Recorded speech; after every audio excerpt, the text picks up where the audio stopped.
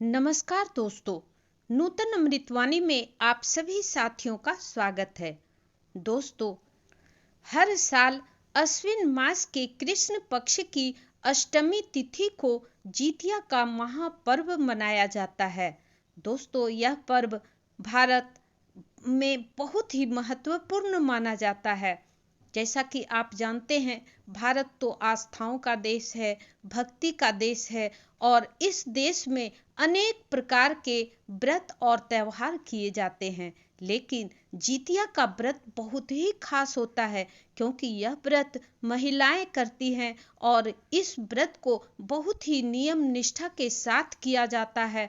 यह व्रत महिलाएं अपने पुत्र की लंबी आयु, सुख समृद्धि के लिए करती हैं। तो दोस्तों, यह व्रत बहुत ही खास होती है, क्योंकि इस व्रत में महिलाएं कोई भी चूक नहीं करती हैं और इस व्रत को 3 दिनों तक लगातार करती हैं। इसलिए यह व्रत बहुत ही खास है। दोस्तों, जितिया के नहाय खाए में भी विधि विधान के साथ किया जाता है। तो आज के वीडियो में मैं आपको बताऊंगी कि जिस लड़कियों के जो व्रत कर रही है, यानी कि जो व्रती है और जिनके सास ससुर जीवित नहीं हैं, मर गए हैं, तो उन महिलाओं को नहाय खाए की विधि कैसे करनी है। वैसे तो नहाय खाए की सारी विधि किसी नदी, तालाब, पोखर में स्नान करके और उसके तट पर किया जाता है। लेकिन अब यह संभव नहीं हो पाता है। अगर आपको ये संभव नहीं है तो घर में भी आप छोटा सा कृत्रिम नदी बना करके, छोटा सा गड्ढा को पोखर बना करके आप ये विधि कर सकते हैं। अगर ये भी संभव न हो तो आप एक गमले को धोकर किसी स्वच्छ स्थान पर, जहां पर कि आप कुछ ना काम हो और स्थान स्वच्छ हो, वहां पर रखना है, क्योंकि यह 2 दिनों तक लगातार उसी तरह से पड़ा रहेगा। इसलिए उसे किसी स्वच्छ स्थान पर, जहां पर कि अलग स्थान पर रखना है। अगर संभव हो सके तो खुला स्थान पर रखें। नहाय खाए के दिन सुबह उठकर पूरे घर की सफाई करें, मंदिर की सफाई करें एवं रसोई घर की अच्छी सी सफाई कर लें। उसके बाद स्नान करके नाना प्रकार के भोजन तैयार कर लें। पूरे परिवार के लिए आप भोजन तैयार कर लें। उसके बाद एक थाली में जो पितर लोग है, सास ससुर या और भी जो पितर है, सबके लिए एक थाली में थोड़ा थोड़ा सभी जितना भी प्रकार का आप भोजन तैयार किए हैं, सबको एक छिपली में निकाल लेना है, या एक जो पत्ता होता है उसमें निकाल लीजिए और 1 गिलास पानी निकाल के रख लीजिए। उसके बाद आप विधि करने जाइए। 12 बजने के बाद आप इस विधि को स्टार्ट कीजिए।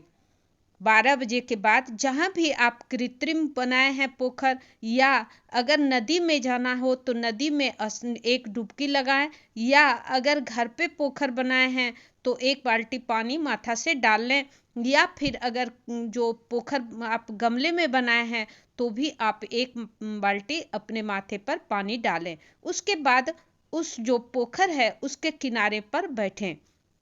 वहां पर जाकर सबसे पहले 5 टीका सिंदूर का लगाएं। उसके बाद वहां पर 3 पत्ता झिंगली का लें, जिसमें कि आप पहले जितवाहन भगवान के लिए झिंगली का पत्ता लगाएं, फिर उसके नीचे चूल्हों के लिए और बाएं साइड में सियारों के लिए, और उसके बाद 21 पत्ता झिंगली का आपको बड़ी जेठी यानी कि पितर लोग के लिए लगाना है 21 पत्ता। और 21 पत्ता पर सबसे पहले आम का दतमन देना है, और सबसे पहले जितवाहन भगवान को देना है, फिर चूल्हों को, फिर सियारों को बाएं हाथ से, और फिर दाहिने हाथ से 21 पत्ता पर आपको आम का छोटा छोटा टुकड़ा बनाकर दतमन का देना है। उसके बाद सभी में खल्ली भी उसी तरह देना है, और फिर तेल सब में देना है। सबसे पहले जितवाहन भगवान को, फिर दाहिने हाथ से चूल्हों को, फिर बाएं हाथ से सियारों को। उसके बाद 21 पत्ता पर जो पितरलोक के सभी देवता हैं सबको उनका हिस्सा का ततमन, खल्ली, तेल इत्यादि देना है। फिर सब में फूल चढ़ाना है और उसके बाद अगरबत्ती जलाकर सबसे पहले जितवाहन भगवान की आरती उतारनी है। उसके बाद चूल्हों को दाहिने हाथ से और बाएं हाथ से सियारों को आरती दिखाना है। उसके बाद जितना भी पितरलोक के देवता हैं सबको अगरबत्ती दिखाना है। फिर आप जल से सबसे पहले जितवाहन भगवान के पत्ते को परछ लें। उसके बाद दाहिने हाथ से चूल्हों का पत्ता को परछें, फिर बाएं हाथ से सियारों का पत्ता को परछें। फिर जो है जितना भी पितरलोक के देवता हैं सबको आप दाहिने हाथ से परछ लीजिए। उसके बाद भगवान को प्रार्थना कीजिए और प्रणाम कीजिए। उस जगह माथा झुका करके प्रणाम करना चाहिए और उसके बाद अभी अपने बच्चों के लिए, अपने परिवार के लिए सुख, समृद्धि, शांति का मनोकामना कीजिए, उनसे प्रार्थना कीजिए और अपने बच्चों की लंबी आयु के लिए प्रार्थना कीजिए। उसके बाद जितवाहन भगवान के पत्ते को उठाकर दाहिने दोनों हाथ से जो पोखर बनाए हैं या जो भी जल हो उसमें आप डाल दीजिए। फिर दाहिने हाथ से जितवाहन चूल्हों के पत्ते को डालिए, फिर बाएं हाथ से सियारों के पत्ते को, और फिर दोनों हाथ से पितर भगवान के सभी पत्ते को उठा करके जल में डाल दीजिए और फिर जल को उसी जगह उसी तरह छोड़ दीजिए। अगर गमले में आपका है तो वहीं पर रहने दीजिए, क्योंकि जिस दिन निर्जला उपवास रहेगा उस दिन भी विधि की जाएगी और जिस दिन पारण होता है उस दिन भी विधि की जाती है। तो इसलिए आप उसको उसी तरह से छोड़ दीजिए। उसके बाद आम के दतमन से अपना मुंह धोइए। फिर जो खल्ली बचा हुआ है उस खल्ली को, गोटा का खल्ली रहता है, उस खल्ली से आप अपने बाल को धोइए। उस खल्ली से बाल धोने से आपका बाल भी बहुत ही शाइन करेगा, बहुत ही मतलब अच्छा होता है। उससे बाल लंबा भी होता है और शाइन भी करता है। तो उस खल्ली से आपको उस दिन बाल धोना है। उसके बाद आप स्वच्छ वस्त्र स्नान करके स्वच्छ वस्त्र धारण करके आप फिर इस विधि को करने अपने पूजा के स्थान पर या किसी स्वच्छ स्थान पर पहुंच करके वहां पर आपको ये विधि करनी है।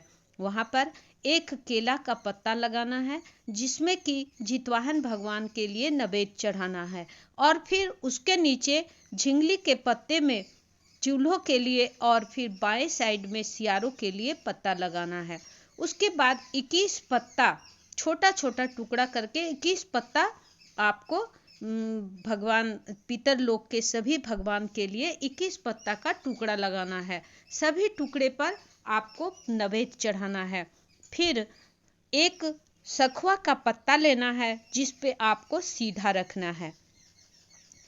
भगवान जितवाहन भगवान के पत्ते पे जो जो आप चढ़ाना चाहते हैं, जैसे केला, दही, चूड़ा, खजली, मिठाई, जितना भी आपके पास मिठाई हो वो सब चढ़ा दीजिए और उसके बाद उसी का एक एक छोटा छोटा सा टुकड़ा आप चूल्हों के लिए और छोटा छोटा टुकड़ा बाएं हाथ से जितवाहन भगवान के सियारों के पत्ते पर रख दीजिए। उसके बाद 21 पत्ते पर आपको ये जितना भी नैवेद्य है 21 पत्ते पर आपको चढ़ाना है दोनों हाथ से। उसके बाद जो सखवा का पत्ता है उस पे चावल, दाल, आलू, नमक, हल्दी, इस प्रकार पैसा, इस प्रकार से वो सीधा रखना है। उसके बाद जितवाहन भगवान का आरती उतारना है। दाहिने हाथ से चूल्हों के लिए आरती उतारिए, बाएं हाथ से सियारों का आरती उतारिए, फिर दाहिने हाथ से भगवान पितरलोक के सभी पितर को आरती उतार लीजिए। उसके बाद सभी बच्चों को बुलाकर वहां पर प्रणाम करवाइए और उनको मन से आशीर्वाद दीजिए, क्योंकि आपका दिया हुआ आशीर्वाद ही उसको लगेगा और उसका जीवन खुशहाल होगा। उसके बाद जितवाहन भगवान के प्रसाद को आप अपने बच्चों परिवार में बांट दीजिए और चूल्हों के पत्ते को उठाकर दाहिने हाथ से और बाएं हाथ से सियारों के पत्ते को उठाकर किसी छप्पर पर फेंक दीजिए ताकि पक्षी उसे आकर खा ले। उसके बाद जो बड़ी जेठी यानी कि जो पितर लोग का जो प्रसाद आप चढ़ाए हैं उसे ब्राह्मण को दान कर दीजिए या किसी गरीबों में दान कर दीजिए। जो आप सीधा चढ़ाए हैं उसको भी किसी ब्राह्मण को या गरीबों में दान कर दीजिए। ये है नहाय खाए की विधि। उसके बाद अगले दिन ओडगन होगा, फिर निर्जला उपवास रहेगा और फिर उपवास का पालन किया जाएगा। दोस्तों, साल 2025 में 13 सितंबर को नहाय खाए की विधि की जाएगी और 14 सितंबर को निर्जला उपवास रखा जाएगा एवं 15 सितंबर को व्रत का पारण किया जाएगा। इस साल कोई कंफ्यूजन नहीं है, एकदम सीधा साधा एक दिन का सारा व्रत है। धन्यवाद।